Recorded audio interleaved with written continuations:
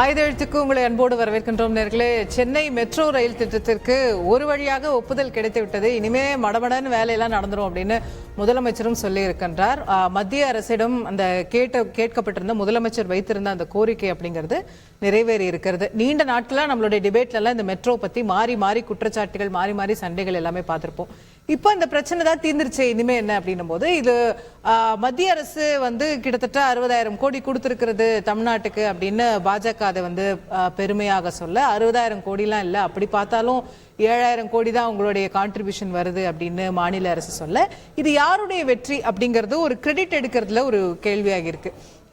திமுக அரசு தன்னுடைய ராஜதந்திரத்தினால சாதிச்சதா, இல்ல மத்திய அரசினுடைய பெருந்தன்மையால வந்ததா? இதை தாண்டி எதிர்கட்சிகள் தரப்புல, அதிமுக தரப்புல இது பாஜக திமுக இடையே ஒரு நெருக்கம் ஏற்படுதா அப்படின்ற ஒரு கேள்வியும் கூட எழுப்பிட்டு வராங்க. இந்த மாதிரியான ஒப்புதல்கள் வரும்போது கேட்போம் இன்றைய நிகழ்ச்சியில இந்த மெட்ரோ ஒப்புதல் சொல்லக்கூடிய செய்தி என்ன. நம்மோடு இணையக்கூடிய விருந்தினர்கள் பாரதிய ஜனதா கட்சியின் சார்பாக திரு டால்பின் ஸ்ரீதரன் அவர்கள் இணைகிறார். அதே போல மதிமுகவின் சார்பில் திரு காரை செல்வராஜ் மற்றும் திராவிட முன்னேற்ற கழகத்தின் சார்பில் டாக்டர் சையத் ஹஃபீஸ் அவர்கள் இணைகின்றார்கள். இன்னும் சற்று நேரத்தில் நம்மோடு பத்திரிகையாளர், அரசியல் விமர்சகர் திரு கலை அவர்களும் இணைய இருக்கின்றார். திரு ஸ்ரீதர் அவர்கள்ட்ட தொடங்கலாம்னு நினைக்கிறேன். இது மாநில அரசுடைய பெரும் அழுத்தத்துக்கு பிறகு, பல டிவி டிபேட்டுக்கு பிறகு, பல கடிதங்களுக்கு பிறகுதானே இது அப்ரூவ் ஆயிருக்கு. இதை நிர்மலா சீதாராமன் அவர்கள் இப்போ ஒரு மாசம் முன்னாடி வரைக்கும் இது முடியவே முடியாது அப்படின்னு சொன்னாங்க. அப்போ என்ன இந்த மாற்றத்துக்கு என்ன காரணம்? அனைவருக்கும் வணக்கம். நீங்க இந்த தலைப்பே பணிந்ததா பாஜக அப்படி சொல்லியிருக்கீங்க. உண்மையிலே தவறான தலைப்பு. தலைப்பு எப்படி இருக்கணும்னா, பணிந்தது திமுக அல்லது ஆமா மோடியிடம் சரணடைந்ததா திமுக, அப்படிதான் இந்த தலைப்பை வச்சிருக்கணும். ஏன்னா இந்த தலைப்பு 2018 இந்த மெட்ரோ 2வது திட்டத்தை தன்னிச்சையாக ஸ்டேட் செக்டாருடைய ப்ராஜெக்டாக அறிவிச்சது மாநில அரசு. அப்ப இருந்த மாநில அரசு அறிவிச்சது. திமுக இல்ல, அது அப்ப நான் தெளிவா சொல்றேன். அப்ப இருந்தாலும் மாநில அரசு தான். இப்ப இருக்க கட்சி தான் வேற, மாநில அரசு இருக்கதான் செய்யும். மாநில அரசாங்கம், அரசு இயந்திரம் இருக்கு. முதல் ஃபர்ஸ்ட் ஃபேஸ் 1ல நாம 22,150 கோடி ரூபாய் திட்ட மதிப்பீடுல 50 விழுக்காடு மாநிலம், 50 விழுக்காடு மத்திய அரசாங்கனுடைய திட்டப்பணி முழுக நடந்தது. அழகா 54 கிலோமீட்டர் ரொம்ப அழகா நடந்தது. அதுல நம்ம மத்திய அரசினுடைய 4,569 கோடியும் மாநில அரசினுடைய 7,794 கோடியும் இருந்தது. கடன் இருந்தது, நமக்கு தெரியும். 10,287 கோடி ரூபாய் கடன் இருந்தது. அது இன்னைக்கு கட்டி கொண்டு வராங்க. இதே ஃபேஸ் 2ல முதல் முறையாக நாம 119 கிலோமீட்டருக்கு ஒரு மிகப்பெரிய ஸ்ட்ரெச் எடுத்திருக்கோம். 3 காரிடார் நமக்கு எல்லாம் தெரியும், மாதவரத்துல இருந்து சோழிங்கநல்லூர் வரைக்கும். இதை இந்த 3 ஸ்ட்ரெச் நம்ம ஒப்புதல் கொடுத்திருக்கோம். இவங்க கேட்டதே என்ன கேட்டாங்க, மாநில அரசாங்கம் கேட்கும் போதே என்ன கேட்கறாங்கன்னா, இதுக்கு ஒப்புதல் கொடுத்தா போதும், மாநில அரசுக்கும் மத்திய அரசுக்குமான அந்த ஈக்விட்டி ஷேர் இருக்கு இல்லையா, அந்த 30 விழுக்காடு, மீதி 70 விழுக்காடு நாம எக்ஸ்டர்னல் ஏஜென்சி கிட்ட தான் நாம கடன் வாங்க போறோம். அது கூட மாநில அரசால முடியாது. மாநில அரசு நினைத்தாக வெளியில இருக்கிற அது ஜைகாவா, மாநில அரசு தான் ஜைகாட்டே கடன் வாங்கிட்டாங்க, முடியாதுன்னு சொல்றோம். அதுதான் தவறு. அதுதாங்க சொல்றேன். 30,000 கோடி ஏற்கனவே வாங்கிட்டாங்க. அசோகா, ஒரே நிமிஷம் இருக்கு. அத முதல்ல செலவு பண்ண சொல்லுங்கன்னு சொன்னாங்களா இல்லையா? நிர்மலா சீதாராமன் மேடம் ரொம்ப அழகா அவங்க சொன்னாங்க. என்ன சொன்னாங்கன்னா, மாநில அரசால எக்ஸ்டர்னல் ஏஜென்சி கிட்ட வாங்க முடியாது. இது இப்ப ஜைகாவா இருக்கட்டும், ஏஏஐபியா இருக்கட்டும், அல்லது என்டிபியா இருக்கட்டும், அல்லது ஏசியன் டெவலப்மெண்ட் பேங்காக இருக்கட்டும், இவங்க எல்லாமே இந்திய அரசு சார்பில் யார் கையெழுத்து போடுறாங்க தெரியுமா? ஜனாதிபதி கையெழுத்து போடுறாங்க. கேரண்டி கொடுக்கும். Sovereign guarantee. அது இந்திய அரசாங்கத்தினுடைய சாவரின் கேரண்டி. எந்த இன்டர்நேஷனல் டிரான்சாக்ஷன் அதுதான். இப்ப மாநில அரசு என்ன சொல்லிக்கு வந்தாங்க இதுவரையில திமுக, இது ஏதோ மாநில அரசாங்கத்தை மத்திய அரசு மாற்றாந்தாய் மனப்பான்மையோட நடக்குது. இந்த 50% 50 விழுக்காடுன்னு ஒத்துக்கிட்டாங்க, ஆனா கொடுக்கல. இப்படிதானே ஒரு பொய்யான தகவலை, பொய் மூட்டைகளை தொடர்ந்து திமுக சொல்லிட்டு இருந்தாங்க. உண்மையில அடிபணிந்தது, சரணடைந்தது திமுக தான். அதுல எந்த மாற்று கருத்தும் இல்ல. ஏங்க நீங்க தாங்க பொய் விஷயத்தை திரும்ப திரும்ப திரும்ப சொல்லிக்கிட்டு வந்தீங்க. மத்திய அரசு மாற்றாந்தான் மனப்போட இருக்குது, ஒரு பைசா கூட மெட்ரோ 2வது திட்டத்துக்கு கொடுக்கலன்னு. உண்மையில மத்திய அரசு சென்னையில் மக்கள் படுகிற துயரத்திற்காக மத்திய அரசு போன வருஷமே கொடுத்திருந்தா, போன பட்ஜெட்லயே கொடுத்திருந்தா, திமுக சொல்லிருக்கவே அழுத பிள்ளை தான் சார் பால் குடிக்கும். உங்களுக்கு பூனே அழுதுச்சா, அழுதுச்சா, மத்த மெட்ரோலாம் அழுதுச்சா? அசோகா, தமிழ்நாட்டுக்கு 10.5 லட்சம் கோடி இந்த 10 வருஷத்துல கொடுத்திருக்கோம். யாரும் கேட்டு கொடுக்கல. இந்த இன்னைக்கு நடந்திருக்கிற மதுரை வாயில் ரோடாக இருக்கட்டும், சென்னை விமான நிலைய விரிவாக்கமா இருக்கட்டும், 8 வழி சாலையா இருக்கட்டும், 6 வழி சேலம் எல்லாமே 10.5 லட்சம் கோடி இந்த 10 வருஷத்துல கொடுத்திருக்கோம். எதுவுமே தமிழ்நாடு அரசு கேட்டு கொடுக்கல. ஆனா இந்த விஷயத்துல தமிழ்நாடு அரசு வேண்டும்னே விஷயம் தெரியாம பேசினாரா? மாண்புமிகு முதலமைச்சர் அண்ணன் ஸ்டாலின் அவர்களுக்கு இது தெரியுமா அல்லது தெரியாதா? ஏன்னா 50 விழுக்காடுன்னு சொன்னதும் 63,000 கோடி ரூபாயில 50 விழுக்காடுன்னு இவங்க சொல்றாங்க. அது உண்மையில இல்ல. 63,000 கோடி. அந்த 7,500 கோடியை எங்களுடைய 2021 பட்ஜெட்ல நாம சென்னை மெட்ரோனுடைய 2வது விரிவாக்கத்திற்காக நாம ஒதுக்கிட்டோம்.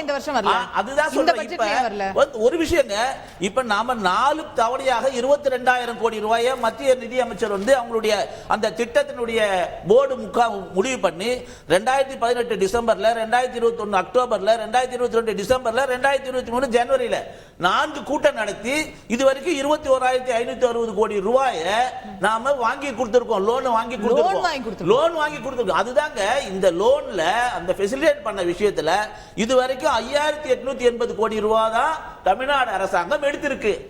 ஏன் 27 விழுக்காடு தான் அதை உபயோகப்படுத்த முடிஞ்சிருக்கு. ஏன்னு சொன்னா இவர்களுக்குள்ளவே மாநில அரசாங்கத்துக்கிட்ட 2.5% மேல ஜிடிபியினுடைய 2.5% தான் இவங்க வங்கியில கடன் வாங்க முடியும். ஆனா துரதிர்ஷ்டவசமாக அண்ணன் மு.க. ஸ்டாலின் திராவிட மாடல் அரசாங்கம் வந்த பிறகு 7.5 லட்சம் கோடியாக கடனை உயர்த்தி முதல் மாநிலமாக உயர்த்திட்டார். 7.5 லட்சம் கோடி. தமிழ்நாட்டுக்கு 7.5 ஆரம்பிச்சு 3 வருஷம் ஆயிடுச்சு. இப்ப 7.5 லட்சம் கோடிக்கு மேல இவர் வாங்க முடியாது. கொடுத்த 21,000 கோடியில 5,880 கோடி தான் பயன்படுத்த முடியுது. காரணம் என்னன்னா அதற்கு மேல இவங்களால பண்ண முடியாது. இவங்க எல்லா சுமையும் இப்பதான் மத்திய அரசு கிட்ட போய் சொல்லிருக்காங்க, சரணடைஞ்சிருக்காங்க. அது கூட எங்க மாநில தலைவர் சொன்னாரு, இன்னைக்கு நான் உங்க ஸ்டுடியோவுக்கு வர்றதுக்கு 6 மணிக்கு கிளம்பி 8 மணிக்கு 2 மணி நேரம் ஆகுது சாலிகிராமத்துல இருந்து பெருங்குடிக்கு வர்றதுக்கு. இந்த மக்கள் படுற, சென்னை மக்கள் படுற ஒவ்வொரு நாளும் வேதனைய 3 வருஷத்துனால நிச்சயமா இந்த அரசாங்கம் இது வரைக்கும் குறைஞ்சபட்ச வேலை கூட நடக்கல. இதுவே மாதிரி போச்சுன்னா 2030 கூட ஆகும். அதனாலதான் எங்க மாநில தலைவர் அண்ணாமலை அவர்கள் பாரத பிரதமருக்கு ஒரு கோரிக்கை வச்சாரு, தயவு செஞ்சு தமிழ்நாடு அரசாங்கம் சொல்ற கோரிக்கை எங்க மாநில தலைவர் வச்ச கோரிக்கையும் முதலமைச்சர் வச்ச கோரிக்கையும் சேர்த்துதான் இதை நிறைவேற்றினார் பாரத பிரதமர். பாரத பிரதமர் தாயுள்ளத்தோடு தமிழக மக்களுக்காக எப்பொழுதும் தோள் கொடுக்க தயாராக இருக்கிறார் என்பதுதான் செய்தி. ஹபீஸ், நீங்க எக்கச்சக்கமா கடன் வாங்கி இருக்கிறீங்க, உங்களால இந்த கடனை சமாளிக்க முடியல. அப்போ மத்திய அரசும் உதவி பண்ணுங்க 50-50 மாத்தி தான் இன்னைக்கு இதை உங்களால செய்ய முடியல, தவிர உங்களால தனியா செய்ய முடியல. ஒரே ஒரு விஷயம், இந்தியாவுல சிஎம்ஆர்எல் தவிர வேற எதெல்லாம் ஸ்டேட் ஸ்கீமா இருக்குன்றத மட்டும் சொல்லுங்க. எதுவும் இல்ல, எதுவுமே கிடையாது. இருங்க, அதுதான் மாநில அரசு கேட்டு தான மாத்தி இருக்கு, நீங்க மாத்தல. முன்னாடி இருந்த மாநில அரசு அது ரொட்டீன் process. அப்போ அதிமுக செஞ்ச ஒரு தவறு என்னன்னா, ஜிகா உடனே எங்களோட ஒப்பந்தம் போடுன்றப்ப ஃபைல யூனியன் கவர்மெண்ட் உட்கார்ந்துட்டு அதை ப்ராசஸ் பண்ணாம இருந்துச்சு. அந்த அவசரத்துல ஜிகா கொடுக்கிற நிதியை வாங்கணும்னா அதுக்கு ஸ்டேட் இது பேக் ட்ராக் பண்ணி ஒன்றிய அரசு அரசியல் காழ்ப்புணர்ச்சி இல்ல அப்படின்னா இதை மாத்தி இருக்கணும். நாங்க இன்னைக்கு கேட்கல இதை. நீங்க உங்களுடைய பினான்ஸ் மினிஸ்ட்ரிக்கு கீழே இருக்கக்கூடிய டிபாமுக்கு கீழே டிஸ்இன்வெஸ்ட்மெண்ட்டும் இன்வெஸ்ட்மெண்ட்டும்கான போர்டு ஒன்று இருக்குல்ல, அதுவே 2021ல இத சென்ட்ரல் செக்டார் ஸ்கீமா மாத்த சொல்லி பரிந்துரைத்த டாக்குமெண்ட் இருக்கு. ஆகஸ்ட் 17, 2021ல இந்த மீட்டிங் நடந்திருக்கு. நாங்க போய் கால்ல விழுகல. அப்படியே ஏங்க, நான் டாக்குமெண்ட் இருக்கு, இப்படினாலாம் உண்மையாயிடாது. டாக்குமெண்ட் இருக்கு, பிஐபி உங்களுடைய ஒன்றிய அமைச்சரவை இத சொல்லுது. ஆனா இதெல்லாம் தெரிஞ்சு கூட நிர்மலா சீதாராமன் அம்மையார் என்ன தெரியுமா சொல்றாங்க, இது 2021ல அந்த ரெக்கமெண்டேஷனை அவங்க அமல்படுத்தலங்கிறது தான் பிரச்சனை. ஆமாங்க, அவங்க அமல்படுத்தல. அப்ப அது பிஐபி சொல்லுது. பிஐபி ஒன்னு சொல்லுச்சுன்னா அதை நடைமுறைப்படுத்தணும். அது ஒன்றிய அரசுடைய கடமை. ஆனா அதெல்லாம் செஞ்சாம நாங்க போய் பணிஞ்சிட்டோம் இல்லைங்க. தமிழ்நாட்டுடைய உரிமையை கொடுக்கிறதுக்கு நாங்க உங்ககிட்ட கெஞ்சணுமா? இந்த மனநிலையில தான் நீங்க அணுகுறீங்க. அதனாலதான் பாஜக ஒரு சீட்டு கூட ஜெயிக்க முடியல. என்ன வார்த்தை, நாங்க போய் கெஞ்சணும், நாங்க போய் இருங்க சார், நீங்க பேசல. இவர் எல்லா விவாதத்திலையும் தான் பண்ணுவார். நான் தான் சொல்றேன், கெஞ்ச வேண்டிய கட்டாயம் எல்லாம் கிடையாது. கெஞ்சி தான் வாங்கணும்னா உங்களுடைய ஜனநாயக லட்சணம் அந்த அளவுக்கு கேவலமா இருக்குன்றதுதான் இங்க பதிவு செஞ்சிருக்கீங்க. நீங்க இதுதான் நாங்க கெஞ்சணுமா? நீங்க கொடுக்க வேண்டிய நிதியை கொடுக்கலன்னு கேட்டா கெஞ்சிரதா? என்ன அரசியல்? இவருடைய செய்தி தொடர்பாளர் போடுறாரு, நான் பேர் சொல்ல விரும்பல, இஸ் மை குட் ஃப்ரெண்ட், 63,000 கோடி இந்த நரேட்டிவை செட் பண்றதுக்காக 4 வருஷம் தமிழ்நாட்டை பழி வாங்கினது உங்களுடைய அரசாங்கம்.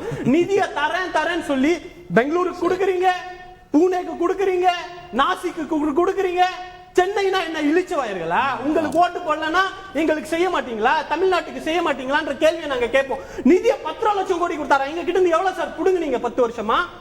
ஜிஎஸ்டி போட்டதுக்கு அப்புறம் எங்கிருந்து பல லட்சம் கோடி நாங்கள் கொடுத்ததை விட ஏதோ அப்படியே தார வார்த்தை கொடுத்ததான்.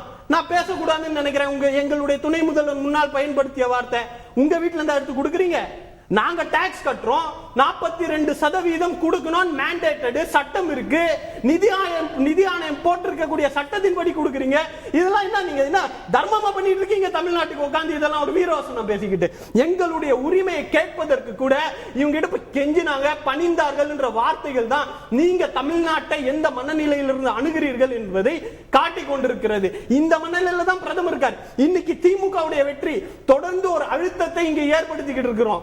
எப்படி நிதி பகிர்வின் மூலமாக ஒரு போலியான நிதி பகிர்வுன்னு சொல்லி தமிழ்நாட்டு மக்களை ஏமாத்திக்கிட்டு இருக்கு பாஜக அப்படின்னு சொல்ற காரணத்தினால ஒரு அழுத்தத்தை ஏற்படுத்தி இல்ல ஒரு டெக்னிக்காலிட்டி இதுல இருந்திருக்கு நம்ம புரிஞ்சுக்கிறோம்ல. முதல்ல வந்து முன்னாடி இருந்த மாநில அரசு இதை நாங்களே பண்றோம்னு சொல்லிட்டாங்க. அதுல தான் நான் சொல்றேன் அந்த அத வந்து 50-50 மாத்த வேண்டிய அவசியம் நமக்கு ஏற்படுது. 2021ல இப்ப நம்ம சொன்ன பிறகு அத 50-50 அவங்க மாத்த ஒத்துக்கிட்டாங்க. 2021ல PIB சொன்னத 3 வருஷம் லேட் என்று 3 வருஷம் லேட் ஆக்குனது தான் உங்களுடைய அரசியல். இத நேர்மையா சொன்னா பரவாயில்ல. நாங்க கெஞ்சிட்டோம், நாங்க கடன் வாங்கிட்டோம். அமெண்ட்மென்ட்ஸ் கொண்டு வந்தது அமெண்ட்மென்ட்ஸ் கொண்டு வந்தது யாரு? 2019ல தான் அந்த ஆக்ட கொண்டு வரீங்க. பட்ஜெட் மேனேஜ்மென்ட்டும் ஃபிஸ்கல் ரெஸ்பான்சிபிலிட்டி. அதுக்கு முன்னாடி இருந்தது நாங்க 7.5 லட்சம் கோடி வாங்கணும்னா ஜிடிபி டெட் ரேஷியோ இருக்கு. ஃபிஸ்கல் மேனேஜ்மென்ட் ரெஸ்பான்சிபிலிட்டி ஆக்ட் ரொம்ப வருஷமா 2003ல அமெண்ட்மென்ட் 3% ன்னு கொண்டு வந்தது 2019ல. 3% சீலிங் வந்து ரொம்ப நாளா ஆக்ட் வந்துச்சு. அதுல நிறைய அமெண்ட்மென்ட்ஸ் கொண்டு வந்து ஒரு இதுக்குமே வந்து நீங்க 3% 2.5% 2020ல கோவிட்க்கு அப்புறம் அதுல சில மாற்றங்கள் கொண்டு வந்தாங்க. என்ன எக்கச்சக்கமா கடன் வாங்க கூடாது அப்படிங்கறதுனால அத வந்து இன்சென்டிவ் லிங்க்டா பண்ணாங்க. நான் அப்படியே சொல்றேன், இன்னுமே மாநில அரசு கடன் வாங்குறதுக்கு தகுதி இருக்குது. நாங்க கடன் வாங்க முடியாதெல்லாம் எந்த அரசாங்கமும் சொல்ல முடியாது. கேரளா மாதிரி எங்களுடைய பொருளாதார சூழல் கிடையாது. உள்நாட்டு உற்பத்திக்கும் மாநில உற்பத்திக்கும் கடன் வாங்கக்கூடிய தன்மை இருக்குல்ல. இவர் எங்களை சொல்றாரு நாங்க 26% ஜிடிபி டு டெட் ரேஷியோன்னு சொல்லுவாங்க. ஒரு மாநிலத்துடைய ஜிடிபிக்கும் கடன் வாங்கக்கூடிய தன்மைக்கும் தமிழ்நாடு இருக்கிறது 26%. இந்தியா எவ்வளவு தெரியுமா? 52%. இதுதான் உங்களுடைய லட்சணம்.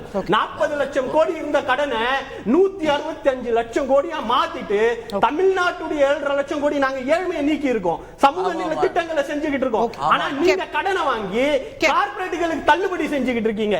உங்களுக்கும் எங்களுக்குமான வித்தியாசம் இதுதான். கேப்போம் சுருக்கமான பதில். 21,560 கோடி கடன் ஏற்கனவே கொடுத்த கடன்ல அதுதாங்க. அதுல நீங்க 5,880 கோடி மட்டும் தான் உபயோகப்படுத்த முடிஞ்சிருக்கு. போன தடவை மேயர் சொன்னாங்கல்ல, ஐயா நீங்க மத்திய அரசு நிதி கொடுத்தா உபயோகப்படுத்தீங்களா? திமுக வந்து சாத்தான் வேதம் ஓதுற மாதிரி சொல்லக்கூடாதுங்க. 5,000 கோடி செலவு பண்ணிட்டோம். 98 விழுக்காடு இல்ல ஒரே 98 விழுக்காடு எல்லாம் முடிஞ்சு போச்சு அப்படின்னு போன டிசம்பருக்கு முன்னாடி சொன்னாங்க. முதலமைச்சரே சொன்னாரு. சென்னையிலுடைய மழைநீர் வடிகால் எல்லாம் முடிச்சிட்டோம்னு. ஆனா அது 98ன்றது அப்புறம் மேயர் 95 ஆனாங்க, அப்புறம் கேஎன்ஆர் 75 ஆனாரு, அப்புறம் 45%. இதுதான் திமுகவுடைய லட்சணம். இவங்க வந்து சாத்தான வேதம் ஓதுற மாதிரி எங்களுக்கு பாடம் எடுக்கிறாங்க. நாங்க சொல்றோம் 21,560 கோடி ஏற்கனவே சாங்க்ஷன் பண்ணியாச்சு. ஏற்கனவே மத்திய அரசாங்கம் கொடுத்தாச்சு. கடன் தாங்க மத்திய அரசாங்கம் கொடுத்தாங்க.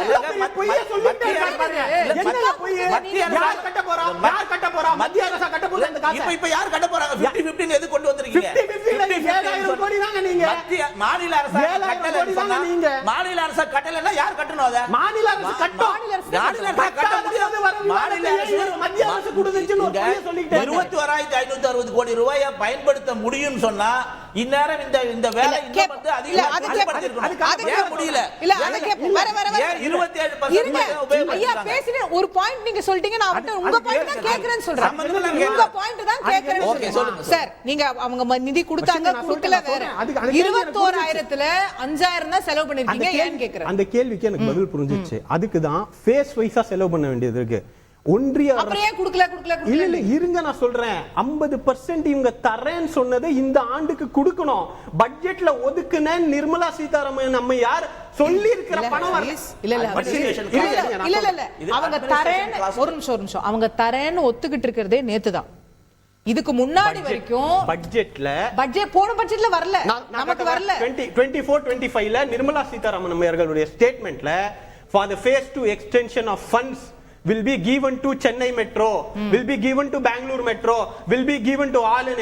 சரி PIB சொல்லிச்சுல்ல, ஃபினான்ஸ் மினிஸ்டர் சொல்ல, PIB சொன்னதுக்கு டாக்குமெண்ட் நான் டேட்டோட சொல்றேன். இல்ல அதுதான் நீங்க 21ல சொல்லுச்சு. அது அந்த 21ல சொன்னத 3 வருஷம் தாமதமா அமல்படுத்திருக்காங்கன்னு சொல்றீங்க, புரியுது. பட் இப்பதான் அமல்படுத்திருக்காங்க. That is my point. நேத்து வரைக்கும் நிலைமை என்னன்னா அது ஸ்டேட் செக்டர் ப்ராஜெக்ட்டா இருந்தது.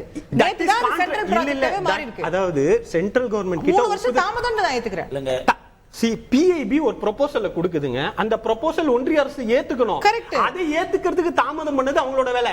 இன்னொன்னு ஜிகா கொடுக்கிற ஃபண்ட்ஸ்ல டர்ம்ஸ் அண்ட் கண்டிஷன்ஸ் இருக்கு. மொத்த தொகையும் ஒரே அடியா பண்ண முடியாது. நீங்க ஒரு ப்ராஜெக்ட் எடுத்துட்டு வரீங்க, ஸ்டுடியோ போடுறதுக்கு ஒரு ஃபண்ட் இருக்கும், அது போஸ்ட் ப்ரொடக்ஷன்ல மார்க்கெட்டிங்க்கு ஒரு ஃபண்ட்ஸ் இருக்கும். அப்படிதான் அதை எடுத்து கொடுப்பாங்க. அது எப்படி எடுத்து போட முடியும்? 21,000 கோடி கொடுத்துட்டா மொத்தமா செலவு பண்ணிட முடியுமா? இல்ல லேண்ட் அக்விசிஷனுக்கு ஒரு பட்ஜெட் இருக்கு, லேண்ட் அக்விசிஷன் இருக்கு, இன்ஃப்ராஸ்ட்ரக்சர் டெவலப்மெண்ட் இருக்கு. ப்ராஜெக்ட் வந்த பிறகு அதுக்கப்புறம் மானியமா இந்த டிரான்ஸ்போர்ட் கனெக்டிவிட்டிக்கு செலவு பண்ண வேண்டியது இருக்கு. எல்லாத்தையும் இதுல போட்டுட்டு திரும்ப பணம் வராது. அப்ப போய் கெஞ்சிட்டு நிக்க முடியுமா? இவ்வளவு நிர்வாக சிக்கல் இருக்கு. இதெல்லாம் பாஜகவுக்கு தெரியாது.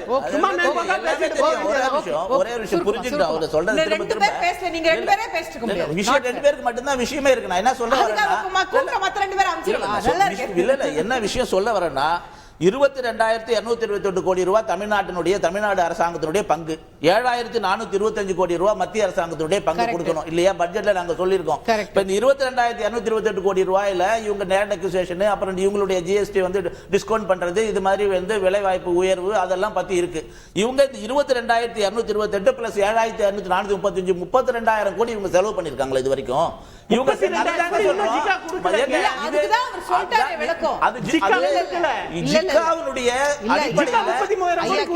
ரிலீஸ் பண்ண பண்டை இவங்களால பயன்படுத்த முடியல. இல்ல ஐயா கேளுங்க, அவர் என்ன சொல்றாருன்னா ஜிகா வேற ஹெட்ஸ்ல ஃபண்ட் ரிலீஸ் பண்றாங்க, எல்லாத்தையும் அட் எ டைம் யூஸ் பண்ண முடியாது. நிதி அமைச்சர் தெளிவா சொல்றாங்க, ஒவ்வொரு ஃபினான்ஸ்லும் ஆமா இது ஏசியன் டெவலப்மெண்ட் பேங்க் இதுக்காக கொடுத்திருக்கு, ஜிகா இதுக்காக இவ்வளவு கொடுத்திருக்கு, ஒவ்வொன்றுத்துக்கும் மத்திய அரசாங்கம் கேரண்டி கொடுத்திருக்கு, அதை ரிலீஸ் பண்ணி ரெடியா இருக்கு. இந்த பணத்தை ஏன் நீங்க பயன்படுத்தலன்னு கேக்குறாங்க. மற்றவங்கிட்ட போயிட்டு வருவோம். திரு கலை அவர்கிட்ட கொண்டு போய் நினைக்கிறேன். இதுல வந்து சுத்தி கடைசியில மூல பிரச்சனை எங்க இருந்து ஆரம்பிக்குதுன்னா அதிமுக தவறான ஒரு ஒப்பந்தம் போட்டுருச்சு அவங்க ஆட்சியில. அதனாலதான் வந்து இப்ப கடைசி இவ்வளோ சுத்தி இப்ப வந்து இதை நமக்கு வந்து இவ்வளோ அழுத்தம் கொடுத்து வாங்க வேண்டியதா இருக்கு அப்படின்ற ஒரு குற்றச்சாட்டு வைக்கப்படுது. எங்க அதிமுக தவறான ஒப்பந்தம் போட்டுச்சு, ஸ்டேட் ஸ்பான்சர்டு ப்ராஜெக்ட் சொல்லி அவங்க அறிவிச்சாங்க. சென்ட்ரலி ஸ்பான்சர்டு ப்ராஜெக்ட்னு அறிவிக்கலைங்கிற பிரச்சனை இருந்தா அவங்க பீரியட்ல அந்த ஃபேஸ் 1 குயிக்கா முடிஞ்சிச்சே, நிக்கல எங்கேயுமே. ஃபேஸ் 1 சென்ட்ரல் ஸ்பான்சர்ட் தான் ஐயா. அது ஃபேஸ் 1 சென்ட்ரலி ஸ்பான்சர்ட் தான். ஃபேஸ் 2க்கு போடும்போது தான் அவங்க ஸ்டேட் ஸ்பான்சர்டா மாத்துறாங்கன்றது தான் குற்றச்சாட்டு. ஆமா, ஸ்டேட் மாத்துறாங்க. அது வரும்போது ஸ்டேட் ஸ்பான்சர்ட் வரும்போது அவங்க இருந்த வரைக்கும் வேலைகள் நடந்துட்டு இருந்துச்சு. அதுல என்ன இருக்குன்னா ஸ்டேட் ஸ்பான்சர்ட் வரும்போது நீங்க ஃபாரின் லோன் தேவைப்படுது. ஆமா, சென்ட்ரல் கவர்மெண்ட் கேரண்டியோட லோன் தேவைப்படுது. ஆமா, அது ஒரு காம்போனன்ட்டா அதுல வருது. State fund, central fund 60+40%, 50% plus அந்த ஃபாரின் லோன். நீங்க ஸ்டேட் ஸ்பான்சர் ரொம்ப ஃபாரின் லோன் அதுல வருது. இந்த ஃபாரின் லோன் உதாரணமா நீங்க 2024-25 பட்ஜெட்ல தமிழகத்துக்கு திட்ட ஒதுக்கீடு மொத்தமே 3,586 கோடி தான் மத்திய அரசு ஒதுக்குறது எல்லாத்துக்கும் சேர்த்து. மெட்ரோவுக்கு எதுவும் ஒதுக்கப்படலை. மெட்ரோவுக்கு இப்போ ஒதுக்கிறது 12%ங்கிறது 7,425 கோடி. அதாவது மொத்த மத்திய அரசினுடைய ஷேர்ல அவங்க 12% சொன்னா அது வந்து 7,425 கோடி கொடுத்துருக்குறாங்க. தமிழக அரசு மொத்தமா 18,524 கோடி இதுல ஸ்பெண்ட் பண்ணியிருக்காங்க இது வரைக்கும். அதுல 11,762 கோடி தமிழக அரசு சொந்த நிதியில ஒதுக்குனது பிளஸ் 6,802 கோடி. இல்ல இததான் திமுக சொல்றாங்க. அதுல இந்த மாற்று கருத்து இல்ல. ஜிகாட்ட வாங்கின கடன் வந்து நீங்க வந்து ஒவ்வொரு ஃபேஸா தான் அவங்க ரிலீஸ் பண்ணுவாங்க. எய்ம்ஸ்ல நம்ம பார்த்துட்டு தான் இருக்கிறோம். அவங்க அவ்வளவு உடனே ரிலீஸ் பண்ண ஒவ்வொரு வர்க்கையும் நீங்க கம்ப்ளீட் பண்ணி சார் இதெல்லாம் ஹஃபீஸ் இப்பதான் சொன்னாரு சார். அது பாயிண்ட் இல்ல. அதெல்லாம் எனக்கு புரிஞ்சுச்சு. இந்த கணக்கெல்லாம் புரியுது. அத வந்து நீங்க அதையே இப்ப உதாரணமா பாஜக ஸ்போக்ஸ் பர்சன் என்ன சொல்றாருன்னா அதையே நீங்க முழுமையா வாங்கல, எடுத்து பயன்படுத்தலன்னு கேக்குறாரு. அது இருக்குது சாங்ஷன்டு, பட் அது ரிலீஸ் பண்றது ஒரு ஃபேஸ் டு ஃபேஸ் ஃபேஸ் வைஸா தான் பண்ணுவாங்க. இல்ல ரிலீஸ் சார், பண்ண தான் பயன்படுத்த முடியும். சார் அதெல்லாம் ஹஃபீஸ் சொல்லிட்டாரு, எங்களுக்கு புரிஞ்சிருச்சு. இப்போ இவங்க ரெண்டு பேரும் இவ்வளவு நேரம் பேசிட்டு இருந்தாங்க. இன்னைக்கு எழக்கூடிய கேள்வி, இத வந்து அதிமுக அரசாங்கம் கூட்டணியில இருந்த போது போட்ட ஒப்பந்தம், அப்போ உங்களால சரியா வாங்க முடியல, இன்னைக்கு திமுக வந்து வாங்கியிருக்காங்க பாத்தீங்களா அப்படின்னு அவங்க சொல்ல மாட்டாங்களா? இல்ல திமுக வாங்குறதுக்கு சிரமப்படுறாங்கல்ல. வாங்கிட்டாங்கல்ல, கடந்த ஆண்டு இப்ப வாங்கிட்டாங்கல்ல. இப்ப போய் நேரா போய் சொல்லி அத கோரிக்கை வச்சுதானே வாங்கியிருக்காங்க. அதிமுகவும் அப்படி வாங்கிட்டு இருந்தாங்க.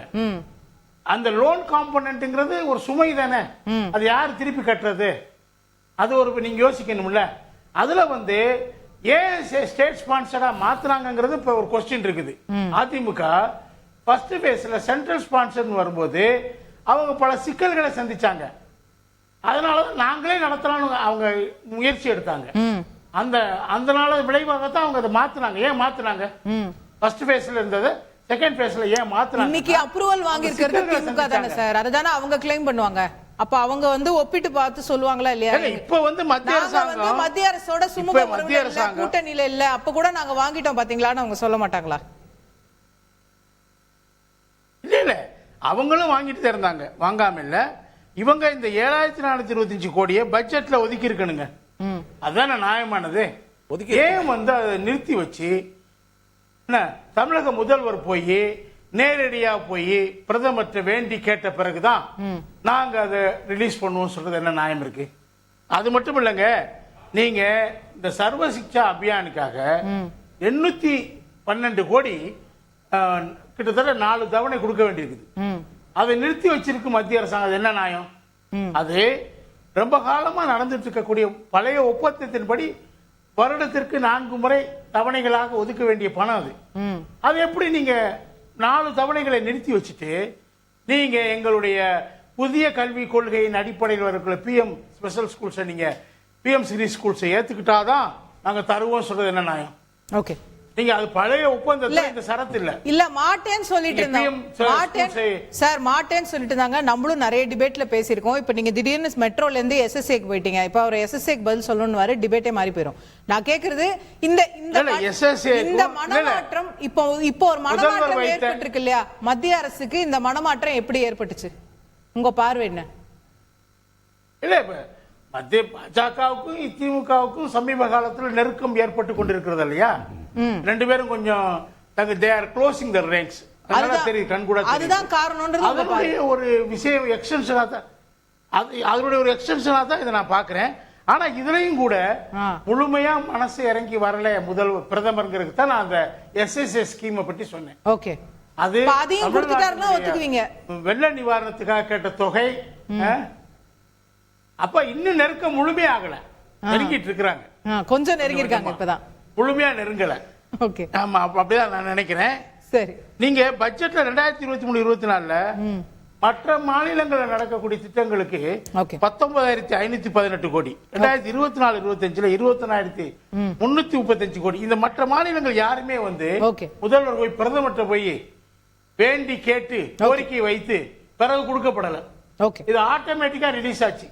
ஏன் தமிழ்நாடு வரும்போது ஆட்டோமேட்டிக்கா ரிலீஸ் ஆகல? ஓகே, கேப்போம். அந்த கொஸ்டின் தான் இங்க வருது. கேப்போம் சார், கேப்போம். திரு காரை செல்வராஜ், இது திமுக பாஜக கொஞ்சம் கொஞ்சமா நெருங்கி வராங்கன்னு சொல்றாரு. கொஞ்சம் நெருங்கி இருக்கறனால மெட்ரோ வந்திருக்கு, இன்னும் கொஞ்சம் நெருங்கினா எஸ்எஸ்ஏ வந்துரும். இல்ல வேற அவங்க அதை தானே சொல்ல முடியும். அதை தாண்டி அவங்க பேசுறதுக்கு அதிமுக ஆட்சியில் ஏன் இப்படி நடந்துச்சு, ஏன் இந்த திட்டத்தை இப்படி பண்ணீங்கன்னு ஒரு கேள்வி கேட்ட உடனே அந்த கேள்விக்கான விடைகள் வந்து பல கோணத்திலிருந்து வரும்.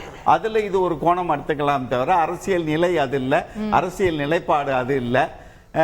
ஒரு பிரதமரும் மோடியும் கவர்னர் டீ பார்ட்டி அப்புறம் ராஜ்நாத் சிங்க கூப்பிடுறது அப்படி வரிசையா சொல்றாங்கல்ல. ராஜ்நாத் சிங் எதுக்கு கூப்பிட்டாங்க? நாணய வெளியீட்டுக்கு. ஆமா, நாணய வெளியீடு மத்திய அரசாங்கம் தான் வெளியிடுது.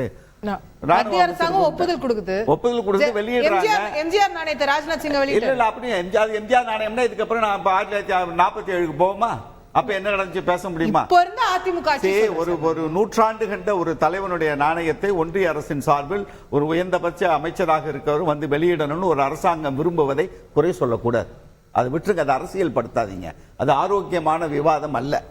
இப்போ அவரு கலையண்ணன் சொன்ன விஷயம் வந்து எனக்கு அது வந்து ஒரு அரசியலுக்குள்ள போற மாதிரி இருக்கு. இப்ப ஒரே ஒரு தெளிவு மட்டும் எனக்கு கிடைச்சிடணும். மொத்த திட்ட தொகை வந்து 63,246 கோடி ரூபாய். இதுல ஏதாவது மாற்று கருத்து இருக்கா? இதுதான் 63,246 ரூபாய். இதுதான் ப்ராஜெக்ட் காஸ்ட். இதுல ஏதாவது மாற்றம் இருக்கா? இல்ல. தாமதம் ஏற்பட்டிருந்த அந்த 3 வருட தாமதம்ங்கிறது இன்னும் ஒரு 5 வருடம் தாமதமானால் இந்த ப்ராஜெக்ட் காஸ்ட் கூடலாம். ஒன்று தமிழக அரசாங்கம் அந்த பொறுப்பை ஏற்றுக்கொள்ளணும், இல்ல மேலும் கடன் வாங்கணும். இது ப்ராஜெக்ட் பைனான்சியல் எக்ஸிகியூஷன்ல எல்லா இடங்களும் குடும்பத்தில் முதற்கொண்டு நடக்கிற செயல்பாடு தான், நம்ம இல்லைன்னு சொல்லல. இதுல வந்து தமிழக அரசாங்கம் தன்னுடைய பங்காக கொடுக்கிறதுக்கு முடிவு பண்ணது 22,228 கோடி ரூபாய். அதுல ஏதாவது மாற்றம் இருக்கா? இல்ல. இதுல மாற்றம் இல்ல. 2021-22 அந்த 22,000 கோடியிலயும் ஒரு 10,000 12,000 கடன் நம்ம தனியா கடன் 6,000 கோடி. நான் சொல்லிடுறேன், லேண்ட் அக்விசிஷனுக்கு தனியா ஒரு 6,500 கோடி. லேண்ட் அக்விசிஷனுக்கு தனியா ஒரு கடன் வாங்குறோம். ஜிகா கடன் தவிர இது இன்னொரு கடன். இது 6,500 கோடி. அதையும் நான் சொல்லிடுறேன், 6,500 கோடி நீங்க சொல்ற கடன். அது கடன் விட்டுருங்க, அது தனிப்பட்ட முறையிலான கடன். அது தமிழக அரசாங்கம். இதுல ஒன்றிய அரசாங்கம் 21-22 பட்ஜெட்ல இப்பொழுது இருக்கிற நிதியமைச்சர் நிர்மலா சீதாராமன் அவர்கள் 7,425 கோடி ரூபாய் அந்த நிதி நிலை அறிக்கையில ஒதுக்கீடு பண்றாங்க. சரிங்களா? 3 ஆண்டுகளுக்கு பிறகு கூட அது குறித்தா இன்றைக்கு பேசணும். இன்றைக்கு அமைச்சரவை கூடி ஏற்கனவே நிதிநிலை அறிக்கையில் ஒதுக்கப்பட்ட ஒரு பணத்திற்கு நிதிநிலைக்கு எப்படி ஒதுக்குவாங்க? 7425 crores இந்த பட்ஜெட்ல ஒதுக்கி இருக்காங்களா? எனக்கு டவுட்டா இருக்கு. இந்த பட்ஜெட்ல 21-22ல ஒதுக்கி இருக்காங்க. 21-22 நிதிநிலை அறிக்கையில் ஒதுக்கினதுக்கு பிறகு இப்ப என்ன அமைச்சரவை கூட்டம்? இதற்கு தனியாக ஒப்புதல் வாங்க வேண்டிய அவசியம் என்ன இருக்கிறது அப்படிங்கிற கேள்வி ஒரு சாமானியனுக்கு எழும். சரி, ஓகே. 22,228 கோடி ரூபாய் தமிழ்நாட்டினுடைய பங்கு. அதுல 18,500 கோடி செலவழிச்சிட்டாங்கல்ல, செலவழிக்காம இருக்காங்களா? 18,500 கோடி செலவழிச்சிட்டாங்க. பேலன்ஸ் இல்ல. அத தவிர ஜிக்கால இருந்து 20,000 கோடி ஜிக்காக்குள்ளே போகாதீங்க. ஏன் போக கூடாது? நான் வர்றேன். அது ஒரு தனி சப்ஜெக்ட், அது பேசணும். ஒரு மாநில அரசாங்கத்துல நீங்க செலவழிச்சது பூராவே மாநில அரசோட ஓன் ஃபண்ட்னு சொல்றீங்க. 18,000 கோடில 11,000 கோடி தான் ஓன் ஃபண்ட். சரி, மிச்சம் வந்து ஜிக்காவோடது லோனோடது எடுத்து செலவு பண்ணி 22,228 கோடி ரூபாய் தமிழக அரசாங்கத்தினுடைய இந்த திட்டத்திற்கான பங்கில் இதுவரையில் 18,000 கோடி இப்ப பண்ணிருக்கோம். 18,500 கோடி இல்ல, 18,000 சார் ஆபீஸ் ஒதுக்குறாங்க. இல்ல, அது ரெண்டு விஷயம். ஏன் மறுபடியும் குழப்புறீங்க? 11,500 கோடி ரூபாய் தமிழக அரசாங்கமும் 7,000 சொச்சம் கோடி ரூபாய் நீங்க சொன்ன கடன் லோக்கல்ல வாங்குனாங்கல்ல. லோக்கல்ல ஜிக்கா விட்டுருங்க. ஜிக்கா கடன் 33,000 சொச்சம் கோடி தனிங்க. நான் சொல்றது உங்களுக்கு அந்த 30,000 சொச்சம் கோடி இருக்குல்ல, அதுல எவ்வளவு மொத்த கடன் வரேன். அந்த 30,000 கோடி தாங்க. ஒரு 5,000 கோடி எடுத்து இப்ப செலவு பண்ணிருக்கு. மறுபடியும் நான் சொல்றேன், செலவு பண்ணதை விடுங்க. நான் ப்ராஜெக்ட் காஸ்டுக்குள்ள தான் நிக்கிறேன். 33,000 நான் குழம்பிட்டேன். நீங்க தெளிவா இல்லங்க, நீ சோர்ஸ் ஆஃப் கடனை மாத்து. 33,593 ரூபாய் தான் ஜிக்கா கடன். அதுல ஏதாவது மாற்றம் இருக்கா? இல்ல. நான் சொன்ன பிரேக்கப்ல 33,591 கோடி ரூபாய் தனியா வச்சிருங்க, அது ஜிக்கா கடன். அந்த கடன்லயும் இப்ப கொஞ்சம் வந்திருக்குயா. நீங்க சொல்றீங்க இல்லையா, நீங்க 18,000 கோடி இது வரைக்கும் செலவா இருக்குன்னு சொல்றீங்க இல்லையா, அந்த 18,000 கோடியும் பூரா மாநில அரசு செலவு பண்ணதா நீங்க சொல்றீங்க. நான் ப்ராஜெக்ட்டோட காஸ்ட் தான் சொல்றேங்க. மாநில அரசாங்கம் அதனால தான் நான் குறிக்கிட்டேன். 11,500 கோடி ரூபாய் மாநில அரசாங்கத்தினுடைய கடன் வழியாக வந்த 7,000 கோடி ரூபாயும் சேர்த்து 18,500 கோடி ரூபாய் மாற்று கருத்து இல்ல. ஒரு ப்ராஜெக்டை எக்ஸிகியூஷன் பண்ணி போய்கிட்டு இருக்கோம். ஒரு கடன் ஒருத்தம் கொடுக்கறாங்கிறதுக்காகவே உடனே வாங்குது. அது இன்னொரு காரணம் சொல்லிடுறேன். இந்த கடன் 33,643 கோடி ரூபாய் ஜிக்காட்ட வாங்கினதுக்கு கடன் பத்திர உத்தரவாதம் கொடுத்திருப்பது தமிழ்நாடு அரசு. இல்ல இல்ல, ஒன்றிய அரசாங்கம் உத்தரவாதம் கொடுக்கவில்லை. மத்திய அரசாங்கம்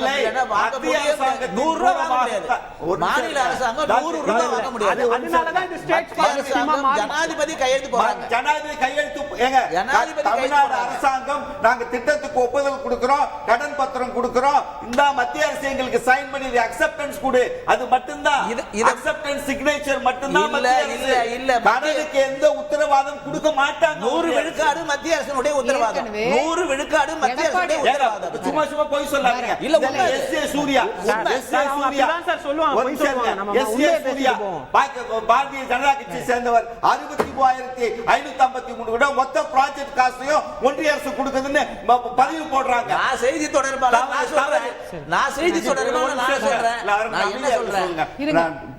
நான் சொல்லுவேன் ஒண்ணும் இல்ல. அதாவது நீங்க இந்த 33,000 கோடி ஜிகா கடன் சொல்றீங்க இல்லையா, எடப்பாடியார் ஆட்சி இருக்கும்போது மொத்தமா நாங்களே பினான்ஸ் பண்ணிக்கிறோம் அப்படின்னு அவங்க சொல்லி லாபம் எங்களுக்கு வரட்டும்னு சொன்னாங்க. ஐயா இருக்கீங்க ஒரே நிமிஷம் ஐயா. ஸ்டேட் ஸ்பான்சர்ட் ப்ராஜெக்டா இருந்தது. இப்போ அது எப்போ சென்ட்ரல் ஸ்பான்சர்ட் ப்ராஜெக்டா மாறிச்சோ சென்ட்ரல் கவர்மெண்டோட சாவரின் கேரண்டியும் அந்த 33,000 கோடிக்கு வந்துருது. அப்போ நமக்கு ஒரு சேஃப்டி நெட், வேற எதுவும் இல்ல. நம்ம தான் கட்ட போறோம் கடனை, மாட்டிக்கிறது இல்ல. நமக்கு ஒரு சேஃப்டி நெட். நான் என்ன சொல்றேன்னு கேட்டீங்கன்னா, ஒரு மாநில அரசாங்கம் எடுக்கிற முடிப்பு வெளிநாட்டு ஒரு ஃபைனான்சியல் ஒரு கம்பெனி கூட ஒப்பந்தம் போடுகிற பொழுது நேரடியாக தமிழ்நாடு அரசாங்கம் ஒரு நாட்டோட போட்டி விட முடியாது.